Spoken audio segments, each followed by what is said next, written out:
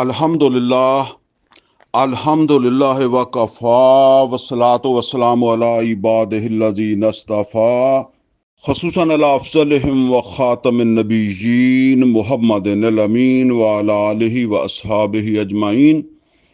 اعوذ باللہ من الشیطان الرجیم، بسم اللہ الرحمن الرحیم۔ قال اللہ عز وجل فی کتابہ الکریم والتین والزیتون وطور سینین وہذا البلد الامین لقد خلقنا الانسان فی احسن تقویم ثم رددناہ اسفل سافلین إلا الذين آمنوا وعملوا الصالحات فلهم أجر غير ممنون فما يكذبك بعد بالدين أليس الله بأحكم الحاكمين صدق الله العلي العظيم ربي اشرح لي صدري ويسر لي أمري واحلل عقدة من لساني يفقهوا قولي اللہم ارنا الحق حقا وارزقنا اتباعہ وارنا الباطل باطلا وارزقنا اجتنابہ، آمین یا رب العالمین۔ عزیز دوستو، 30ویں سپارے کی 18 نمبر سورت ہے، سورہ 3، جس کی میں نے ابھی تلاوت کی ہے اور جس کے حوالے سے انشاءاللہ جو ہے وہ ابھی درس قرآن ہوگا۔ اس سورہ مبارکہ کے حوالے سے جو موضوع میں نے بنایا ہے وہ موضوع ہے انسانیت کا فخر اور انسانیت کے ماتھے کا جھومر۔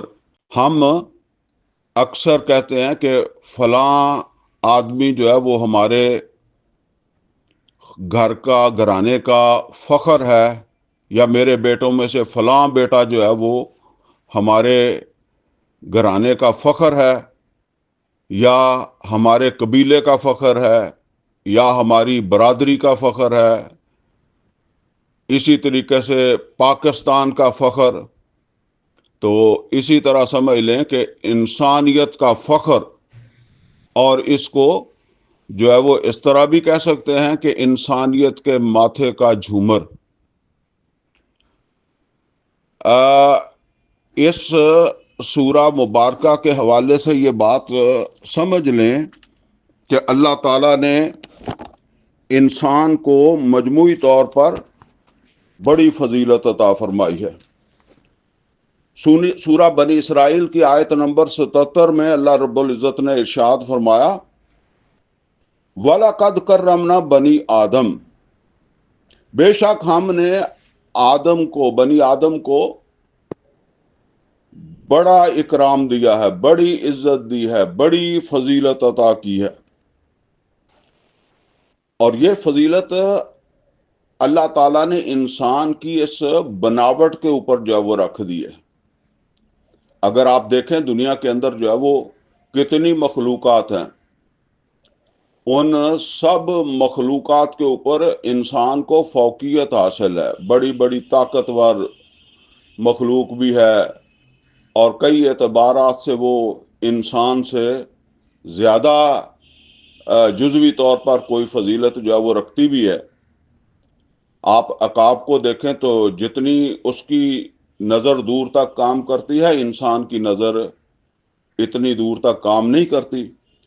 اسی طریقے سے طاقت میں دیکھیں، ہاتھی، شیر بڑے طاقتور جانور ہیں، اور اسی طرح اور بھی کئی پہلوؤں سے جو ہے وہ اگر آپ دیکھیں گے تو جزوی طور پر مخلوقات میں سے کئی مخلوقات ایسی ہیں جن کو انسان کے اوپر جو ہے وہ جزوی طور پر جو ہے وہ فضیلت حاصل ہے، لیکن مجموعی طور پر اللہ تعالیٰ نے انسان کو یہ فضیلت عطا فرمائی ہے، اور انسان ان سب مخلوقات کے اوپر جو ہے وہ قابو یافتہ ہے۔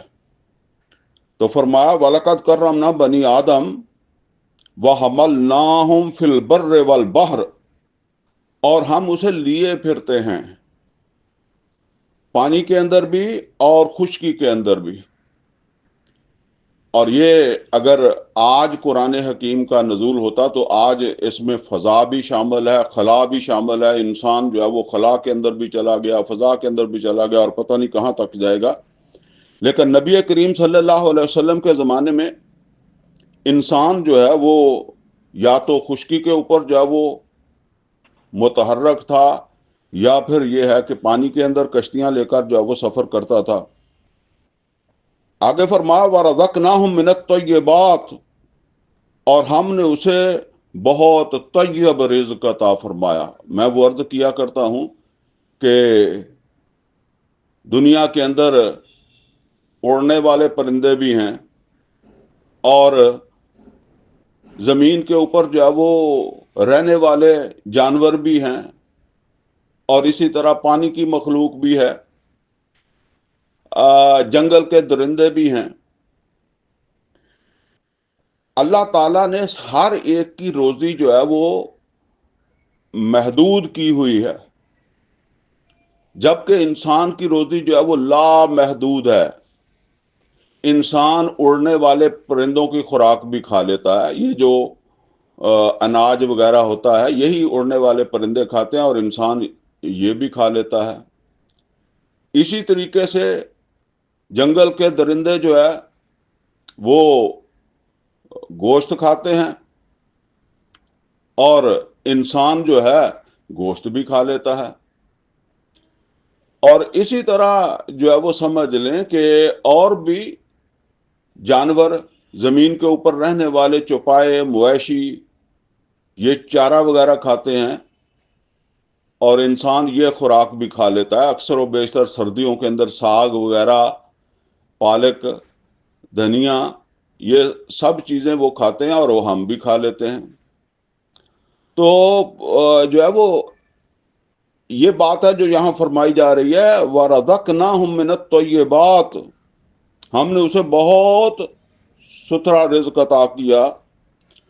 وَفَضَّلْنَاهُمْ عَلَىٰ كَثِيرٍ مِّمَّنْ خَلَقْنَا تَفْضِيلًا، اور ہم نے اس کو فضیلت عطا فرمائی اپنی جو ہے وہ بہت زیادہ مخلوق کے اوپر. یعنی بڑی مخلوق ہے ہماری، ہم نے اس کے اوپر انسان کو جو ہے وہ فضیلت عطا فرمائی ہے. اور ایک اعتبار سے یہ فضیلت انسان کو جنات کے اوپر بھی حاصل ہے اور فرشتوں کے اوپر بھی حاصل ہے. اور اسی فضیلت کا جو ہے وہ اعتراف فرشتوں نے سجدہ کر کے جو ہے وہ آدم کو سجدہ کر کے جو ہے وہ کیا تھا. اب یہ سمجھ لیں کہ انسان کی جو تخلیق ہے یہ دو مرحلوں کے اندر جو ہے وہ ہوئی ہے. ایک مرحلہ ہے ارواح انسانیہ، یعنی انسانوں کی روحوں کا بنایا جانا. اللہ تعالیٰ نے انسانوں کے جسد بنانے سے پہلے، انسان کا جسم بنانے سے پہلے انسانوں کی روحوں کو بنایا، اور وہ روحیں اللہ تعالیٰ نے کس چیز سے جو ہے وہ تخلیق فرمائیں.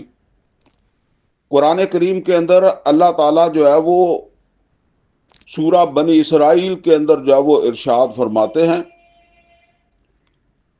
فرمایا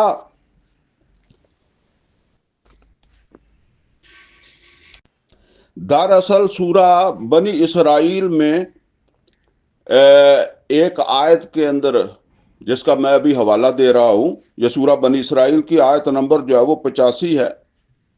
نبی صلی اللہ علیہ وسلم سے ایک سوال کیا گیا تھا روح کے بارے میں کہ یہ روح کیا ہے. تو اس کے جواب میں اللہ تعالیٰ نے ارشاد فرمایا یسألونک عن الروح، اے محمد صلی اللہ علیہ وسلم یہ آپ سے روح کے بارے میں پوچھتے ہیں کہ یہ روح کیا ہے. قل الروح من امر ربی، تو ان سے کہیں کہ یہ روح جو ہے وہ میرے رب کا امر ہے. وما اوتیتم من العلم الا قلیلا، اور تمہیں اس کے بارے میں بہت کم علم جو ہے وہ دیا گیا ہے۔ یہاں جو نوٹ کرنے والی بات ہے وہ کیا ہے؟ قل روح من امر ربی، روح جو ہے وہ اللہ تعالی کے امر میں سے ہے یا اللہ تعالی کا امر ہے۔ اب یہ اللہ تعالی کا جو امر ہے اس کو ہم کس طریقے سے جو ہے وہ سمجھ سکتے ہیں؟ میرے استاد محترم ڈاکٹر اسرار احمد رحمۃ اللہ علیہ وہ اس بات کو اس طریقے سے سمجھایا کرتے تھے کہ جس طرح ایک سورج کی کرن ہے، اس کا جو سورج کے ساتھ تعلق ہے، وہی اصل کے اندر انسان کی روح کا تعلق جو ہے وہ ذات باری تعالیٰ کے ساتھ ہے۔ اگر کرن سمجھ نہیں آتی تو آپ دھوپ سمجھ لیں۔ سورج نکلا ہوا ہو تو ہمیں دھوپ نظر آتی ہے۔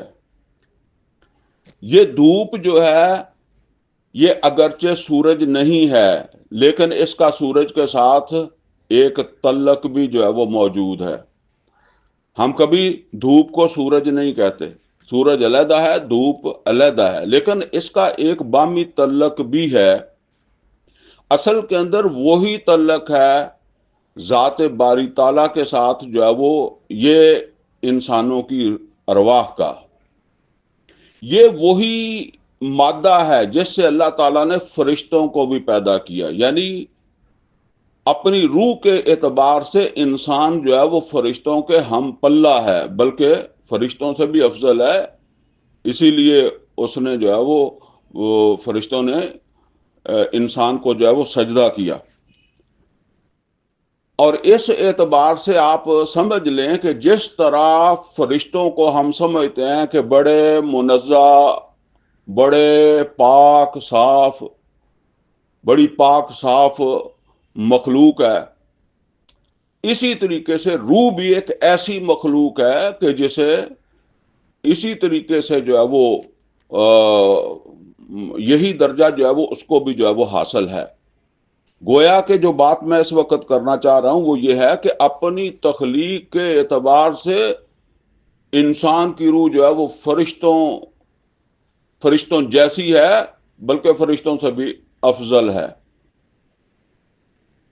اب یہ ارواح انسانیہ اللہ تعالیٰ نے تخلیق فرمائی تو پھر انسانوں کے یہ جسم جو ہیں، سب سے پہلے تو آدم علیہ السلام کا جسم بنایا، پھر دوسرے انسانوں کے جسم جو ہے وہ بننا شروع ہو گئے۔ اب یہ جو جسد یا جسم ہے انسان کا، اس کی تخلیق اللہ تعالیٰ نے جو ہے وہ مٹی سے فرمائی، زمین سے فرمائی۔ قرآن کریم کے اندر کئی مقامات کے اوپر آتا ہے کہ ہم نے اسے جو ہے وہ مٹی سے جو ہے وہ بنایا ہے۔ اب یہ سمجھ لیں کہ مٹی سے صرف انسان نہیں بنا، بلکہ یہ جتنی بھی زمین کی مخلوقات ہیں یہ سب مٹی سے اللہ تعالیٰ نے جو ہے وہ بنائی ہیں۔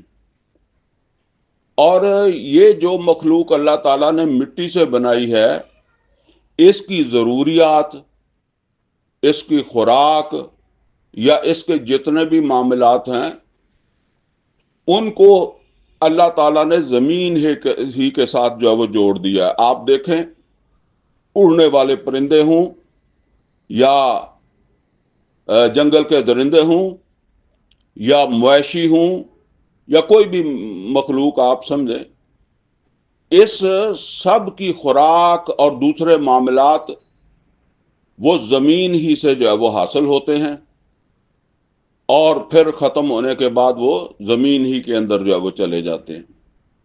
اسی طرح انسان کی جو جسمانی ضروریات ہیں، یعنی جسد کی جو ضروریات ہیں، یہ بھی باقی مخلوقات کی طرح اللہ تعالیٰ جو ہے وہ زمین سے ہی ان کو عطا کرتا ہے، اور آخر پھر انسان جو ہے وہ زمین ہی کے اندر جو ہے وہ چلا جاتا ہے۔ گویا کہ انسان جو ہے وہ اپنے جسد کے اعتبار سے یہ جو دوسری مخلوقات ہیں ان کی مانند ہے، بلکہ اگر آپ جو ہے وہ اس کو برا نہ منائیں تو کئی اعتبارات سے یہ دوسری مخلوقات سے بھی بہت زیادہ جو ہے وہ آپ سمجھ لیں کہ نیچے کی مخلوق ہے، جسم کے اعتبار سے بات کر رہا ہوں۔ چنانچہ آپ دیکھیں کہ انسان جو ہے وہ باقی مخلوقات کے مقابلے میں، کوئی شیر ہے، کوئی چیتا ہے، وہ صرف اپنا پیٹ بھرتا ہے اور اس کے بعد آرام سے جو ہے وہ بیٹھ جاتا ہے۔ کوئی اڑنے والا پرندہ ہے اور وہ اپنا پیٹ بھرتا ہے اور آرام سے جو ہے وہ بیٹھ جاتا ہے۔ کوئی مویشی ہے، پیٹ بھرتا ہے، آرام سے جو ہے وہ بیٹھ جاتا ہے، اور پھر جب بھوک لگے گی تو پھر جو ہے وہ کوشش کرے گا۔ انسان جو ہے وہ بہت کچھ ہوتے ہوئے بھی اس کی یہ خواہش ہے کہ وہ دوسروں سے بھی جو ہے وہ چھین لے۔ ویسے یہ چیز جو ہے وہ باقی درندوں کے اندر بھی پائی جاتی ہے۔ آپ نے دیکھا ہوگا کہ شیر جو ہے وہ جب کھا رہا ہو تو کسی دوسرے کو قریب نہیں پھٹکنے دیتا۔ دو بھینسوں کے آگے آپ چارہ ڈالیں، ایک کے آگے سبز ڈال دیں، دوسرے کے آگے جو ہے وہ خشک چارہ، کوئی توڑی وغیرہ ڈال دیں، تو جس کے آگے خشک چارہ ہے وہ کوشش کرے گی کہ وہ سبز چارے والی جو بھینس ہے نا اس کے آگے سے کھائے، اور وہ کوشش نہیں کرے گی کہ وہ خشک چارہ توڑی وغیرہ جو ہے اس کی طرف جو ہے وہ جائے، اور بلکہ جب یہ خشک چارے والی بھینس کوشش کرے گی سبز چارے کی طرف جو ہے وہ آنے کے لیے تو وہ اسے سینگ مار کے دور ہٹائے گی۔ اب آپ غور کریں کہ انسان جو ہے وہ تو جو ہے وہ یوں سمجھ لیں کہ یہ دنیاوی مفادات کے لیے، صرف پیٹ بھرنے کے لیے نہیں، زیادہ جمع کرنے کے لیے جو ہے وہ قتل بھی کر دیتا ہے۔ لوگ جائیداد کی خاطر باپ کو بھی قتل کر دیتے ہیں، انسان جو ہے وہ جائیداد کی خاطر بھائی کو بھی قتل کر دیتا ہے، بہنوں کو حصہ نہیں دیتا۔ اور آپ ذرا دیکھیں کہ اس اعتبار سے یہ جانوروں سے بھی جو ہے وہ نیچے چلا گیا، یعنی دوسری مخلوقات سے بھی نیچے چلا گیا۔ اسی طریقے سے انسان کے اندر سیکس ہے اور باقی مخلوقات کے اندر بھی ہے۔ آپ جو ہے وہ کبھی غور کریں کہ انسان اس سیکس کی ضرورت جو ہے وہ پورا کرنے کے لیے کیسی جو ہے وہ گھٹیا حرکتیں بھی کرتا ہے، اور کہاں تک جو ہے وہ چلا جاتا ہے جہاں تک وہ جانور نہیں جاتے۔ اگر آپ یورپی معاشرے کو دیکھیں، بلکہ یہ برائیاں تو آپ ہمارے اپنے معاشرے کے اندر جو ہے وہ بے تحاشا پھیلی ہوئی ہیں، تو کوئی انسان جو ہے اپنی جو ہے نا وہ یہ جو ضروریات ہیں، سیکس کی ضروریات ہیں، ان کے لیے اس درجہ نہیں گرتا جس درجہ جو ہے وہ انسان گر جاتا ہے۔ تو اسی حوالے سے اور بہت ساری چیزیں جو ہے وہ میں عرض کر سکتا ہوں۔ تو گویا کہ میرا کہنے کا مطلب کیا ہے؟ مطلب یہ ہے کہ جسم کے اعتبار سے انسان جو ہے یہ باقی مخلوقات سے بھی بہت زیادہ نیچے کی مخلوق ہے، اور جبکہ روح کے اعتبار سے اللہ تعالیٰ نے انسان کو بہت بلندی عطا کی ہے، بہت جو ہے وہ اعلیٰ درجے کے اوپر جو ہے وہ فائز کیا ہے۔ روح کے اعتبار سے انسان خیر ہی خیر ہے، اور جسمانی اعتبار سے، جسد کے اعتبار سے انسان جو ہے وہ شر ہی شر ہے۔ یہ بات آپ کو سمجھ آ جائے گی۔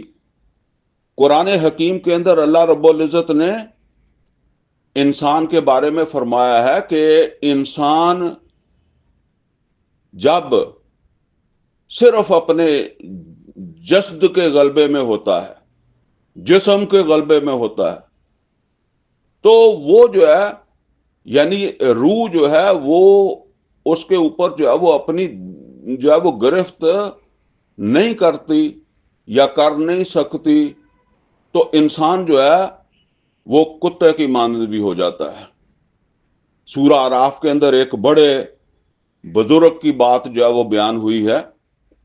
اللہ تعالیٰ فرماتا ہے وَلَوْ شِئْنَا لَرَفَعْنَاهُ بِهَا، اگر ہم چاہتے تو اسے اور بلندی عطا کرتے اور عزت عطا فرماتے۔ وہ ہماری آیات کا علم رکھنے والا تھا، لیکن پھر کیا ہوا کہ اس کی روح جو تھی اس کے اوپر اس کا جسمانی وجود جو ہے، اس کی خواہشات غالب آ گئی، اور پھر اللہ تعالیٰ فرماتا ہے کہ وہ بن گیا کتے کی مثال، مثلہ کمثل الکلب، وہ بن گیا کتے کی مثال، یعنی ایک کتنی بلندی سے اور کہاں کتا جو ہے۔ اسی طریقے سے جو ہے وہ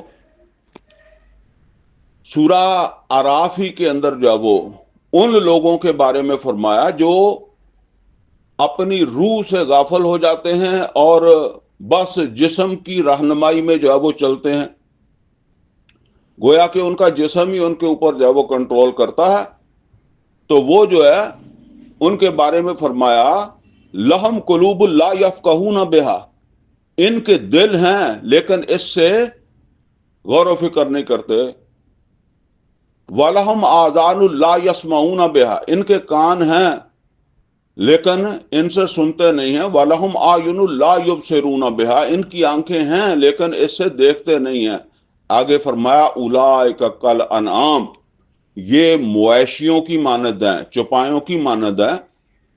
بل ہم اضل، بلکہ آگے فرمایا کہ ان سے بھی زیادہ جو ہے وہ گمراہ ہو گئے ہیں۔ اب ظاہر ہے آپ خود دیکھیں کہ چوپائے جو ہیں ان کے اندر جو ہے وہ کیسی کیسی مخلوق ہے، فرمایا ان سے بھی آگے نکل گئے۔ اسی طریقے سے سورہ جمعہ کے اندر اللہ تعالیٰ نے ایک امت کا ذکر کیا ہے جو ایک پیغمبر کو ماننے والی تھی، اور اس کی طرف اللہ تعالیٰ نے جو ہے وہ اپنی کتاب بھی جو ہے وہ نازل کی، لیکن جب وہ پیغمبر کی ہدایات کو بھول گئی اور اس ہدایت سے اس نے پہلو تہی کی اور جو ہے وہ اس کتاب کے تقاضے پورے نہیں کیے، تو اللہ تعالیٰ فرماتا ہے کہ یہ گدھے کی مانند ہو گئے۔ سورہ جمعہ میں بنی اسرائیل کے لیے جو ہے وہ فرمایا مثال ہے ان لوگوں کی کہ جنہیں کتاب عطا کی گئی، تورات عطا کی گئی، اور پھر انہوں نے اس کے تقاضے پورے نہیں کیے، تو وہ ہو گئے گدھے کی مثال۔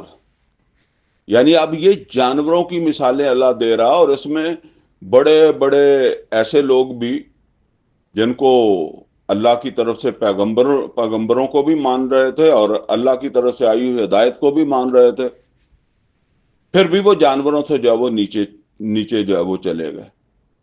اور بھی قرآن کریم کے اندر مقامات ہو گئے۔ اس وقت فی الحال مجھے یہی جو ہے وہ چند مثالیں جو ہے وہ سمجھ آئی ہیں۔ تو اب یہ سمجھ لیں کہ انسان کو اللہ تعالیٰ نے جو فضیلت دی ہے وہ روح کی بنیاد کے اوپر جو ہے وہ دی ہے۔ چنانچہ اللہ تعالیٰ نے سورہ صاد کی آیت نمبر 75 کے اندر یہ بات فرمائی ہے فَإِذَا سَوَّيْتُهُ وَنَفَخْتُ فِيهِ مِن رُوحِي، اور جس وقت میں اس کو جو ہے وہ بنا لوں، یعنی آدم کے جسم کی بات ہو رہی ہے کہ جب میں اس کا جسم بنا لوں، فَإِذَا سَوَّيْتُهُ وَنَفَخْتُ فِيهِ مِن رُوحِي، اور اس میں اپنی روح میں سے جو ہے پھونک دوں، یعنی اپنی روح اس کے اندر جب وہ پھونک دوں، فَقَعُوا لَهُ سَاجِدِينَ، تو اس کے آگے جو ہے وہ سجدے میں چلے جانا۔ تو گویا کہ انسان کو جو فضیلت حاصل ہوئی ہے وہ اس روح کی بنیاد کے اوپر ہے۔ جب روح پھونکی گئی ہے تب انسان جو ہے وہ مسجود ملائک جو ہے وہ بنا ہے۔ تو گویا کہ اب یہ دو چیزیں ہیں، ایک انسان کی روح ہے اور ایک انسان کا جو ہے وہ یہ جسد ہے۔ روح جو ہے جیسے میں نے بتایا کہ بہت ہی ایک پاکیزہ چیز ہے، جو ہے وہ پاک چیز ہے، اور اس کے مقابلے میں یہ جسم یا جسد جو ہے، اس کی وہ ساری خواہشات جو ہے وہ حیوانی خواہشات ہیں، اور جو قرآن کریم میں سورہ جو ہے وہ آل عمران کے اندر فرمایا، زُيِّنَ لِلنَّاسِ حُبُّ الشَّهَوَاتِ مِنَ النِّسَاءِ وَالْبَنِينَ وَالْقَنَاطِيرِ الْمُقَنطَرَةِ مِنَ الذَّهَبِ وَالْفِضَّةِ وَالْخَيْلِ الْمُصَوَّمَةِ وَالْأَنْعَامِ وَالْحَرْثِ ذَلِكَ مَتَاعُ الْحَيَاةِ الدُّنْيَا۔ یہ جتنی بھی چیزیں ہیں نا، یہ سب جسد کی ریکوائرمنٹ ہیں، جسم کی ریکوائرمنٹ ہیں، روح کی ریکوائرمنٹ نہیں ہے۔ یہ نوٹ کریں کہ روح کی غذا وہی ہے جو فرشتوں کی غذا ہے۔ روح کی غذا یا فرشتوں کی غذا کیا ہے؟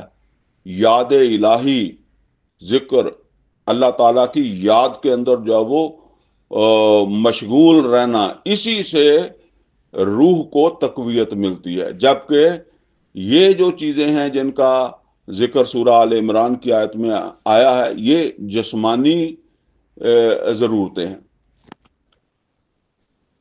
اب چونکہ انسان جو ہے اس کی یہ ضرورتیں ایک درجے میں تو ہیں، یعنی ایسا تو نہیں ہو سکتا کہ انسان بالکل ان چیزوں کو چھوڑ دے۔ مطلب یہ ہے کہ سیکس ہوتے ہوئے بالکل اس میں خواہش پیدا نہ ہو، یا اس طرف جائے نہ، یا پیٹ ہوتے ہوئے وہ کوئی چیز کھائے نہ، یا دھوپ لگے تو وہ اپنے جسم کو تحفظ نہ دے، سردی لگے تو تحفظ نہ دے، اولاد کی خواہش، پھر اولاد کی محبت، یہ ساری چیزیں جو ہے وہ انسان کی کمزوریاں ہیں۔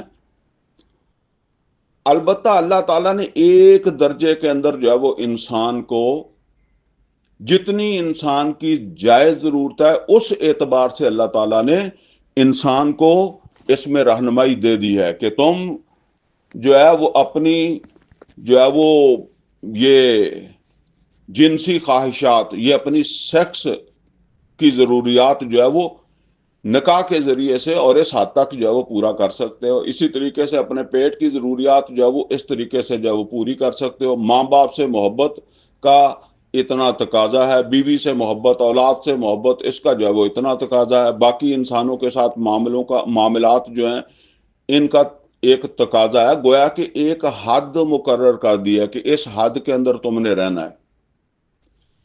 اب کون سی چیز ہے جو انسان کو اس حد میں رکھے گی؟ یہ انسان کی روح ہے جو انسان کو اس حد کے اندر جو ہے وہ رکھے گی، اس حد میں سے جو ہے وہ اس حد کو جو ہے وہ عبور کرنے سے جو ہے وہ انسان کو جو ہے وہ روکے گی۔ اب یہ سمجھ لیں کہ اگر انسان کی روح جو ہے وہ زندہ ہے، طاقتور ہے، تو وہ انسان کو اسی طریقے سے، یعنی جسد کو، جسم کو اسی طریقے سے کنٹرول کرے گی جس طریقے سے ایک شاہ سوار، گھوڑ سوار ایک طاقتور گھوڑے کے اوپر بیٹھ کر اس کو کنٹرول کرتا ہے۔ اب یہ سمجھ لیں کہ اگر گھوڑا طاقتور ہے تو ظاہر بات ہے کہ وہ بڑا کام دے سکتا ہے، لیکن کام لینے کے لیے اس کے اوپر جو ہے وہ سوار بھی پورا ٹرینڈ ہونا چاہیے، پورا چوکس ہونا چاہیے۔ اگر وہ سوار جو ہے وہ سو جائے، اونگ جائے، تو اب اس کا نتیجہ کیا نکلے گا کہ وہ گھوڑا جو ہے وہ آزاد ہو جائے گا۔ بس یہی تعلق ہے انسان کی روح کا اور انسان کے جسم کا۔ لیکن جیسے میں نے بتایا کہ یہ روح طاقتور ہوگی اللہ تعالیٰ کی یاد سے، اور اگر یہ اللہ کی یاد سے غافل ہو جائے گی تو جو ہے نا وہ یوں سمجھ لیں کہ اس سوار کی مانند ہے جو گھوڑے کے اوپر بہت طاقتور اچھے گھوڑے کے اوپر جو ہے وہ بیٹھا ہے، لیکن گھوڑا جو ہے وہ تو چلتا جا رہا ہے، سوار جو ہے وہ سو گیا ہے۔ تو اب ظاہر بات ہے کہ وہ گھوڑا تو پھر اپنی مرضی کے ساتھ چلے گا نا، اور وہ تو پھر اپنا وہ جو جسمانی خواہشات ہیں پھر وہ ان حدود کی پرواہ نہیں کرے گا۔ وہ پھر ظاہر ہے کہ جو اس کی خواہشات ہیں آزادانہ اس کی طرف جو ہے وہ جائے گا، اور یہاں تک کہ پھر وہ جو زمینی مخلوقات ہیں ان میں سے بھی جو ہے وہ سب سے نیچے کی مخلوق سے بھی جو ہے وہ نیچے چلا جائے گا. یہ ہے اصل کے اندر جو ہے وہ تعلق انسان کے جسم کا اور روح کا. آپ یہ سمجھ لیں جی کہ اللہ تعالیٰ نے چونکہ انسان کو جو ہے وہ روح کے ساتھ جو ہے وہ یعنی روح اور جسم دونوں چیزیں جو ہے وہ ان کو جو ہے وہ اکٹھا کیا ہے.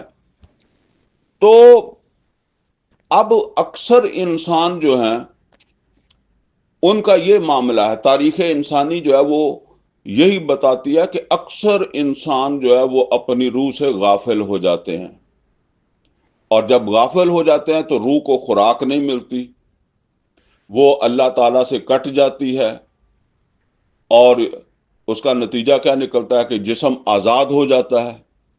اور جسم جب آزاد ہو جاتا ہے تو پھر ہر طرف جو ہے وہ شر کا غلبہ ہوتا ہے، ہر طرف جو ہے وہ شر پھیل جاتا ہے، اور جس کا نتیجہ یہ نکلتا ہے کہ عام انسان یہ سمجھتا ہے کہ انسان جو ہے وہ صرف شر ہی شر ہے، خیر نہیں ہے، کیونکہ اس کو تو وہ جسم کی حرکتیں نظر آتی ہیں نا، روح کا اس کے اندر کوئی کردار اسے جو ہے وہ نظر نہیں آتا، روح ویسے بھی نظر نہیں آتی، تو انسان سمجھتا ہے کہ انسان شر ہی شر ہے.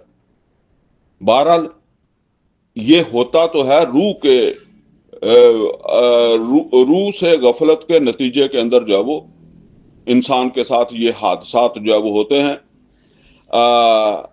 قرآن کریم کے اندر جو ہے وہ اللہ تعالیٰ نے ارشاد فرمایا ہے، یہ سورہ انعام کی آیت نمبر 128 میں اللہ تعالیٰ نے ارشاد فرمایا ہے، اور یہ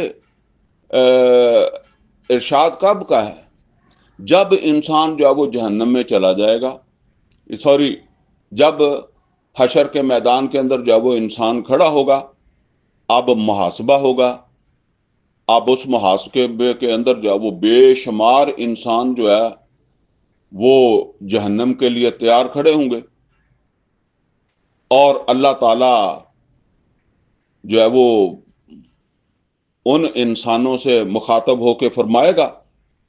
سورہ نام کی آیت 128 میں اللہ فرمائے گا، یا معشر الجن، اے جنوں، اے گروہ جن، قد استکثرتم من الانس، تم نے تو کثرت کے ساتھ انسان جو ہیں ان پر قابو پا لیا، یعنی ان کو ہتھیا لیا، ان کو اپنے پیچھے جو وہ لگا لیا. یہ بات سمجھ لیں کہ جس وقت شیطان سے اللہ نے پوچھا کہ فرشتوں نے سجدہ کیا ہے، تو نے سجدہ کیوں نہیں کیا؟ تو شیطان نے کہا کہ خلقتنی من نار و خلقتہ من طین، تو نے مجھے آگ سے پیدا کیا ہے، اس کو مٹی سے پیدا کیا ہے، لہذا میں ایسا نہیں ہوں کہ اس جو ہے وہ کم تر تخلیق کو یا کم تر مخلوق کو جو ہے وہ سجدہ کروں. اصل کے اندر وہ شیطان کی توجہ بھی جو ہے وہ جسم کے اوپر تھی، روح کے اوپر نہیں تھی. بہرحال اب اللہ فرمائے گا کہ تم نے تو بہت سارے انسان جو ہے وہ واقعتاً تم نے ان کو ہتھیا لیا، اپنے پیچھے جو ہے وہ لگا لیا. بہرحال نبی کریم صلی اللہ علیہ وسلم جب مکہ کے اندر جو ہے وہ یہ روحوں کی غذا تقسیم کر رہے ہیں، یہ نوٹ کریں، یہ قرآن کی جو دعوت دی جا رہی ہے یہ روحوں کی غذا ہے. روحیں اس سے تقویت پکڑیں گی اور وہ جسموں کو کنٹرول کریں گی، اور اکثر لوگ جو ہے وہ اپنی روحوں کو یہ غذا دینے کے لیے تیار نہیں ہیں، محمد رسول اللہ صلی اللہ علیہ وسلم کی مخالفت کر رہے ہیں، اور اس قرآن سے جو ہے وہ دور بھاگ رہے ہیں، اور تاثر دوسروں کو یہ دیتے ہیں کہ محمد رسول اللہ صلی اللہ علیہ وسلم جو دعوت دے رہے ہیں یہ خیر نہیں ہے، یہ شر ہے. اب اس پس منظر میں ظاہر بات ہے کہ مکے کے جو لوگ ہیں وہ مذہبی لوگ ہیں، یعنی ایک مذہب ہے ان کا، اس کے پیروکار ہیں. تو لوگ ان کی بات بھی مانتے ہیں۔ اب اس پس منظر میں اللہ تعالیٰ نے 4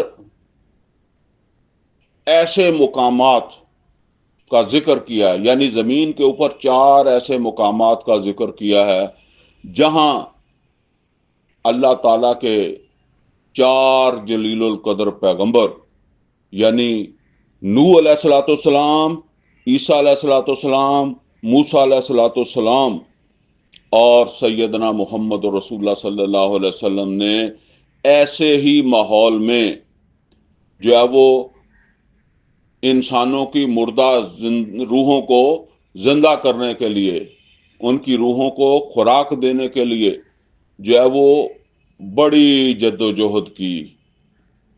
اور آج محمد رسول اللہ صلی اللہ علیہ وسلم وہی جد و جہد کر رہے ہیں، اور محمد رسول اللہ صلی اللہ علیہ وسلم کے مخاطبین بھی اسی طریقے سے جو ہے وہ اس روحوں کی غذا سے دور بھاگ رہے ہیں۔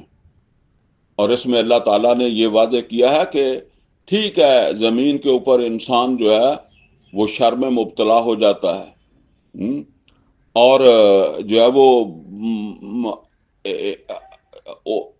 وہ جو روح کا تقاضا ہے وہ پورا نہیں کرتا، لیکن اس کے باوجود یہ اللہ تعالیٰ کے عظیم انسان جو ہے وہ روحوں کو زندہ کرنے کے لیے جد و جہد کرتے رہے ہیں، اور وہی جد و جہد آج محمد رسول اللہ صلی اللہ علیہ وسلم جو ہے وہ اس اللہ کے گھر میں، یعنی بیت اللہ میں اور اس شہر مکہ کے اندر جو ہے وہ، یا عرب کے اندر جو ہے وہ کر رہے ہیں۔ آپ اس سورہ مبارکہ کی طرف جو ہے وہ آئیں، فرمایا والتین والزیتون۔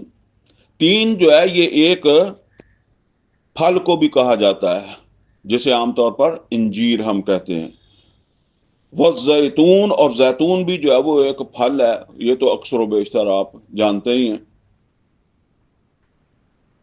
اب یہ بات جو یہاں سمجھنے کی ہے نا وہ یہ ہے کہ یہ تین جو ہے یہ اگرچہ ایک پھل کو بھی کہا جاتا ہے، لیکن یہ ایک پہاڑ یا پہاڑی سلسلہ تھا، اس کو بھی کہا جاتا تھا، اور وہ پہاڑی سلسلہ جس کے دامن میں نوح علیہ الصلوۃ والسلام نے 950 سال مردہ روحوں کو ان کی خوراک جو ہے وہ پہنچانے کے لیے جد و جہد کی۔ یہ پہاڑوں کی نسبت سے پھر وہاں جو پھل پیدا ہوئے نا، ان پھلوں کا بھی نام وہی پڑ گیا، وہی جو ہے وہ پھر تین پھل بھی تین ہے اور پہاڑ بھی ہے۔ ہمارے بھی بعض اوقات جو ہے وہ ایک نام جو ہے وہ مختلف چیزوں کے اوپر جو ہے وہ اس کا اطلاق ہو جاتا ہے۔ اسی طریقے سے والزیتون، اور زیتون یہ بھی ایک پہاڑ کا نام ہے، پھر اس علاقے کے اندر پیدا ہونے والا پھل بھی جو ہے وہ زیتون کہلانے لگا۔ اور یہ وہ پہاڑ ہے جس کے اوپر کبھی عیسیٰ علیہ الصلوۃ والسلام جو ہے وہ انہوں نے کھڑے ہو کر جو ہے وہ پہاڑی کا واز کیا تھا۔ اور اسی طریقے سے طور سینین، یہ تو خیر معروف چیز ہے، موسیٰ علیہ الصلوۃ والسلام جس پہاڑ کے اوپر جو ہے وہ چڑھ کر جو ہے وہ اللہ تعالیٰ سے ہم کلام ہوتے تھے۔ اور پھر اس کے بعد وَهَٰذَا الْبَلَدِ الْأَمِينَ، یہ امن کا شہر، یعنی یہ مکہ شہر، امن کا شہر، یہ ان کی گواہی ہے۔ یہ 4 چیزوں کی قسمیں ہیں نا، والتین قسم ہے تین کی، والزیتون اور زیتون کی، وطور سینین اور طور سینا کی، یعنی قسم ہے وَهَٰذَا الْبَلَدِ الْأَمِينَ، اور اس امن کے شہر کی جو ہے وہ قسم ہے یا گواہی ہے۔ یہ قسم جو ہے گواہی کے معنوں میں بھی آ رہی ہے۔ تو اصل کے اندر جو ہے وہ یہاں 4 مقامات جو ہیں ان کا ذکر کر کے 4 عظیم پیغمبر، ان کی جد و جہد جو ہے اس کو اللہ تعالیٰ جو ہے وہ خراج تحسین جو ہے وہ پیش کر رہا ہے. یعنی یہ ہیں جب انسانیت کے اندر جو ہے وہ شر پھیلتا ہے تو پھر اس طرح فخر انسانیت یا انسانیت کے ماتھے کا جو جھومر ہیں وہ پھر اس طریقے سے محنت کرتے ہیں، اس طریقے سے جو ہے وہ کوشش کرتے ہیں انسانوں کی روحوں کو جو ہے وہ زندہ کرنے کے لیے. اب آگے فرمایا لقد خلقنا الانسان فی احسن تقویم، اور بے شک ہم نے انسان کو جو ہے وہ بہترین تقویم، بہترین سانچے میں یا بہترین ساخت کے ساتھ جو ہے وہ ہم نے انسان کو جو ہے وہ پیدا کیا. وہ میں پہلے عرض کر چکا ہوں کہ انسان کی روح جو ہے وہ بہت اعلیٰ چیز ہے، بہت عرفہ چیز ہے. اور پھر کیا کیا؟ ثم رددناہ اسفل السافلین، پھر ہم نے اس کو جو ہے وہ لوٹا دیا. کہاں لوٹا دیا؟ اسفل سافلین. یہ اسفل سافلین یہ جو جسد انسانی ہے، یہ نوٹ کریں کہ روحیں جیسے میں نے بتایا نا کہ وہ تو اللہ تعالیٰ نے یہ جسم جو ہیں ان کی تخلیق سے پہلے، آدم علیہ الصلوۃ والسلام کی جسم کی بھی تخلیق سے پہلے جو وہ بنائے بھی. اور پھر سورہ اعراف کے اندر ہے کہ اللہ تعالیٰ فرماتا ہے کہ ہم نے ان سے ایک عہد بھی لیا، جس عہد کو جو ہے وہ عہد الست کہتے ہیں. سورہ اعراف کی آیت نمبر 172 کے اندر اس عہد کا ذکر ہے. تو جہاں اللہ تعالیٰ فرماتا ہے کہ پھر اللہ نے سوال کیا الست بربکم، کیا میں تمہارا رب نہیں ہوں؟ تو روحوں نے کیا جواب دیا؟ قالوا بلا، سب روحوں نے کہا کیوں نہیں، وشہدنا، ہم اس کے گواہ ہیں، ہم نے اس کا مشاہدہ کیا ہے، ہم نے اس کو دیکھ لیا ہے کہ تو ہمارا رب ہے. تو اللہ تعالیٰ نے فرمایا کہ یہ میں نے تم سے اقرار اس لیے کروا لیا ہے تاکہ کہیں کل کو تم جو ہے وہ یہ نہ کہو کہ ہم اس سے غافل تھے. یعنی اس کا مطلب یہ ہے کہ کوئی وقت آنے والا ہے جس میں ہو سکتا ہے کہ تم جو ہے وہ اس چیز سے غافل ہو جاؤ، تو تمہاری اس غفلت کو جو ہے وہ جواز نہ ملے، یعنی تمہیں اسے غفلت کی کوئی جو ہے وہ سہولت نہ ملے، یا وہ تمہارا بہانہ جو ہے وہ ختم کرنے کے لیے میں نے تم سے یہ اعتراف کیا ہے. تو اب پھر آدم علیہ الصلوۃ والسلام کی روح کے بارے میں تو ہم نے دیکھ لیا کہ وہ اللہ نے وہاں ہی پھونک دی. البتہ یہ ہے کہ ایک حدیث کے اندر بھی یہ بات نبی صلی اللہ علیہ وسلم نے فرمائی ہے کہ جب انسان کا جسد، یہ جسم اس کی ماں کے رحم کے اندر تیار ہوتا ہے تو 120 دن کے بعد اس جسم کے لیے جو روح اللہ نے بنائی ہوتی ہے، فرشتہ جو ہے وہ روح لا کر جو ہے وہ اس جسم کے اندر جو ہے وہ داخل کرتا ہے، اس کے ساتھ اس کو جو ہے وہ ملاتا ہے. اب یہ سمجھ لیں عام طور پر لوگ جان اور روح کو جو ہے وہ گڈمڈ کرتے ہیں نا، تو یہ سمجھ لیں وہ نطفہ جس نے 120 دن پرورش پائی ہے وہ زندہ نطفہ ہے. مردہ بیج کبھی ترقی نہیں کرتا، اس میں کبھی بڑھوتری نہیں ہوتی، اس کی کوئی پرورش نہیں ہوتی مردہ کی. وہ جو زندہ ہوتا ہے نا وہی بڑھتا ہے، وہی ترقی کرتا ہے. تو یہ جان تو اس کے اندر موجود ہے، اب روح جو ہے وہ 120 دن کے بعد جو ہے وہ لا کر اس کے اندر جو ہے وہ ملائی جاتی ہے. تو بہرحال فرمایا ثم رددناہ اسفل سافلین، پھر ہم نے اس کو جو ہے وہ جو سب سے نیچے والوں میں سے بھی جو ہے وہ نیچے، اس کے ساتھ جو ہے وہ پھر اس کی طرف جو ہے وہ لوٹا دیا، اس کی طرف لوٹا دیتے ہیں. مثلا یہ اسفل سافلین، اسفل جو ہے وہ انتہائی نیچے، گٹر کو بھی اسفل کہتے ہیں، اور جہنم کا بھی ایک گٹر ہے. سورہ توبہ میں آیا ان المنافقین فی درک الاسفل من النار، سب سے جو نیچے کا گٹر ہوگا جہاں تمام جہنمیوں کا گند جو ہے وہ بہ کر جو ہے وہ آئے گا، وہاں پھر یہ منافقین جو ہے ان کو جو ہے وہ رکھا جائے گا. تو فرمایا کہ یہ سب سے نیچے جو یعنی زمین کی جو مخلوق ہے ان میں سے جو سب سے نیچے کی جو ہے وہ جسد کے اعتبار سے جو مخلوق تھی یعنی انسان، تو پھر اس کی طرف جو ہے وہ ایسے اس کے جسم کی طرف جو ہے وہ لوٹا دیا۔ اب آگے فرمایا اب یہ امتحان ہے کہ کیا یہ اب اسفل سافلین کے طور پر ہی زندگی گزارتے گزارتے مر کر جو ہے وہ آگے جہنم میں بھی اسفل سافلین کا ساتھی بن جائے گا، یا نکلے گا بھی؟ یہ ہے امتحان کہ یہ نکلتا ہے یا اسی کے اندر جو ہے وہ ڈوب جاتا ہے اسی طریقے سے، یعنی دنیا کے اندر بھی جو ہے وہ جانوروں سے بدتر اور آخرت میں بھی جانوروں سے بدتر جو ہے وہ قرار پاتا ہے۔ فرمایا اِلَّا الَّذِينَ آمَنُوا وَعَمِلُوا الصَّالِحَاتِ، سوائے ان لوگوں کے جو ایمان لے آئیں، یعنی جو اللہ کو پہچان لیں۔ اور نوٹ کر لیں کہ یہ اللہ کی پہچان ہے جو انبیاء کرواتے ہیں۔ وہ سورہ آل عمران کی آیات میں آخر کے اندر وہ آیات آتی ہے نا، ربنا اننا سمعنا منادیا ینادی للایمان ان آمنوا بربکم فآمنا، اے ہمارے رب ہم نے سنا ایک منادی کرنے والے کو جو ایمان کی منادی کر رہا تھا، اللہ کا تعارف کروا رہا تھا، اللہ کے ساتھ جو وہ جوڑ رہا تھا۔ اور کس طرح جوڑ رہا تھا؟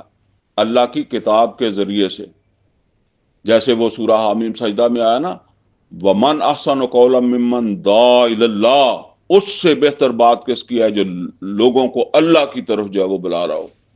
وَقَالَ إِنَّنِي مِنَ الْمُسْلِمِينَ، اور کہے کہ میں بھی مسلمانوں میں سے ہوں، فرما برداروں میں سے ہوں۔ تو یہ جو ہے وہ اِلَّا الَّذِينَ آمَنُوا، سوائے ان لوگوں کے جو ایمان لے آئے۔ ویسے یہ ایمان کا جو پروسیس ہے وہ کافی تفصیل طلب ہے، لیکن میں اس وقت جو ہے وہ مختصر آپ کو بتا رہا ہوں۔ ایک ایمان ہے مجمل، وہ انسان کو جو ہے نا وہ اس کائنات میں غور و فکر سے بھی حاصل ہو جاتا ہے۔ البتہ ایمان مفصل جو ہے وہ پیغمبروں کے ذریعے سے یا پیغمبروں کے امتیوں کے ذریعے سے، پیغمبروں کی لائی ہوئی ہدایت ہی کے ذریعے سے جو ہے وہ انسان کو اس کا جو ہے وہ تعارف ہوتا ہے۔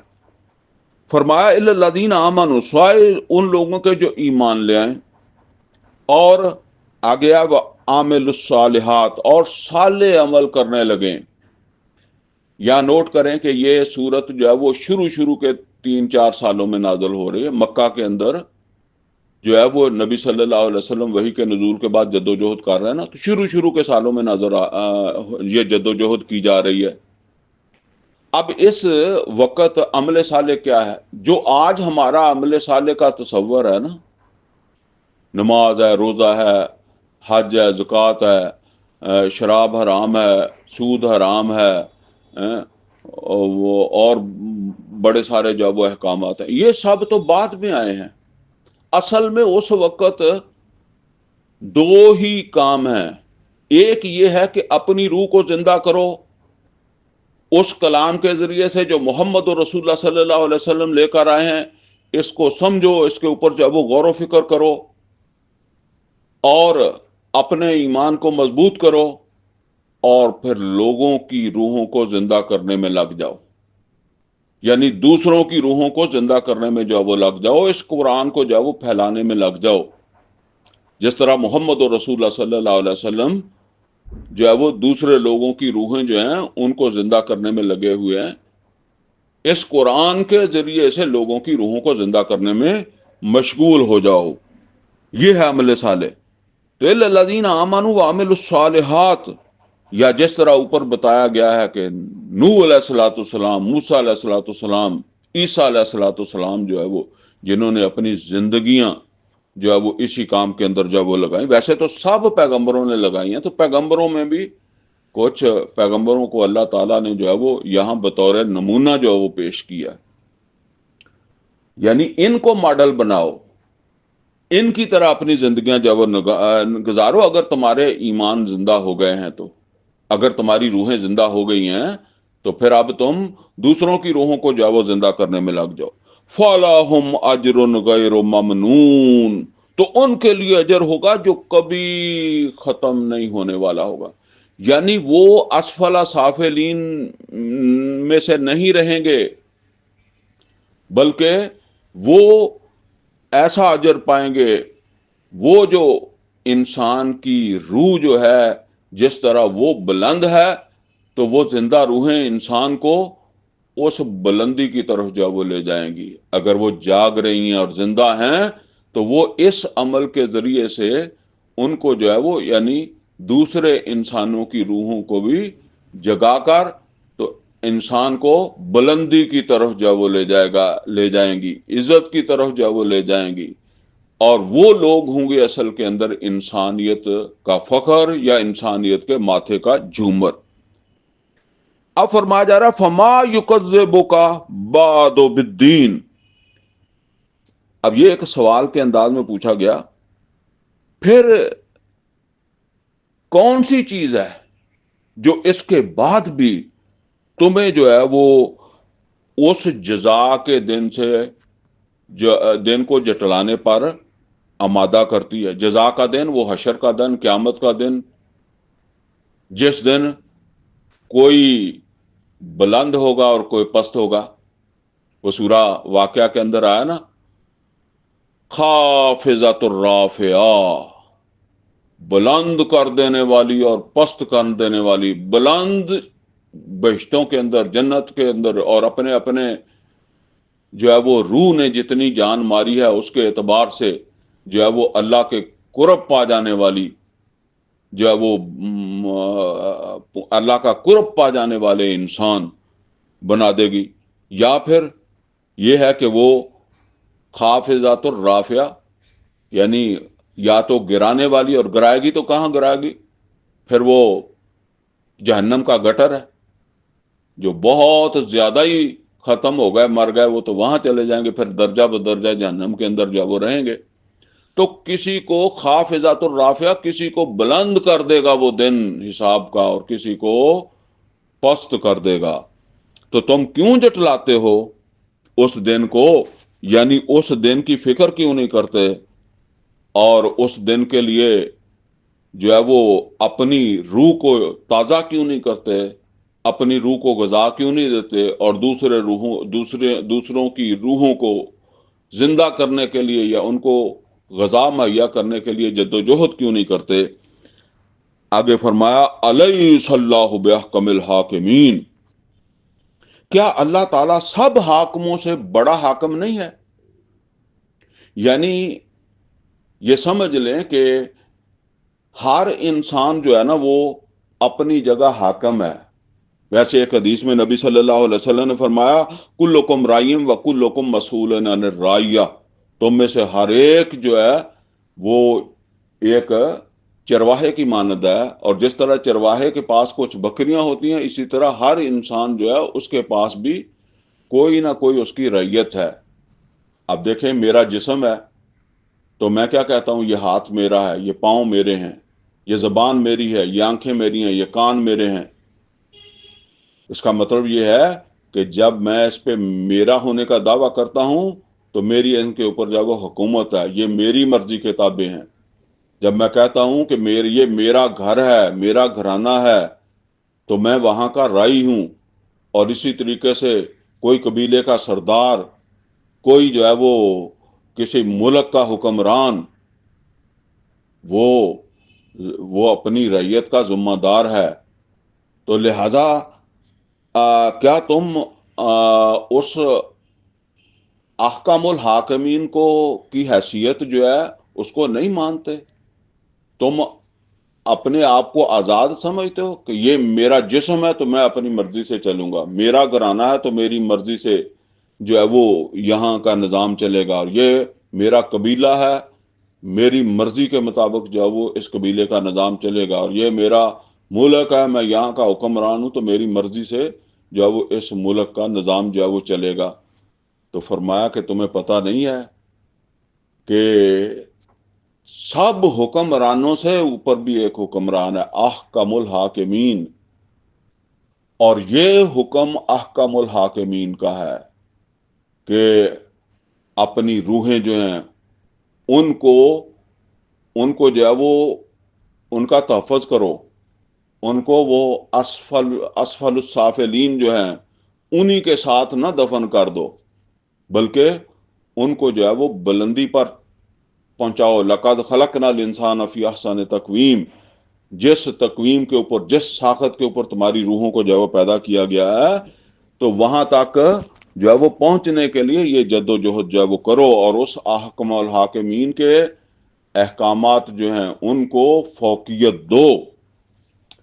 نبی کریم صلی اللہ علیہ وسلم جو ہے وہ جب یہ سورہ مبارکہ جو ہے وہ پڑھا کرتے تھے نا، تو بالعموم اس کے آخر کے اوپر جو ہے وہ آپ یہ الفاظ بھی پڑھا کرتے تھے، بلا وانا علی ذالک من الشاہدین، کیوں نہیں، میں اس بات کے اوپر جو ہے وہ شاہد ہوں، گواہ ہوں کہ اللہ تیرے سوا کوئی، یعنی تجھ سے اوپر کوئی حکمران نہیں ہے، سب تیرے تابع ہیں، کوئی حکمران ایسا نہیں ہے جس کو یہ حق پہنچے کہ وہ تیرے حکم کے مقابلے میں اپنا حکم چلائے، یا تیرے حکم کو نیچے کر کے اپنی حکمرانی جو ہے وہ قائم کرے۔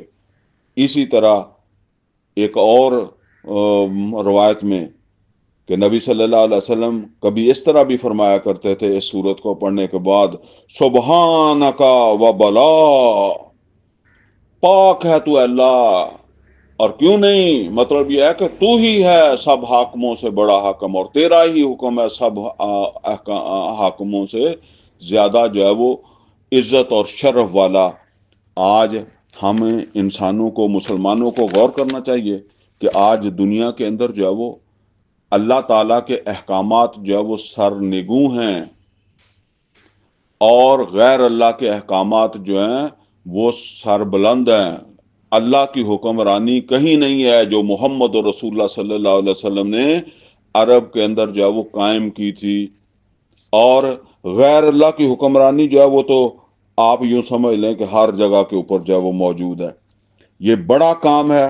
سورہ مطففین کی آیت نمبر 26 میں بھی اللہ نے فرمایا، وَفِي ذَلِكَ فَلْيَتَنَافَسِ الْمُتَنَافِسُونَ، یہ ہے جس کے لیے بھاگ دوڑ کرنی چاہیے، کوشش کرنی چاہیے، یعنی جو جذبہ رکھتے ہیں، ہمتیں رکھتے ہیں نا، ان کو اس طرف کوشش کرنی چاہیے۔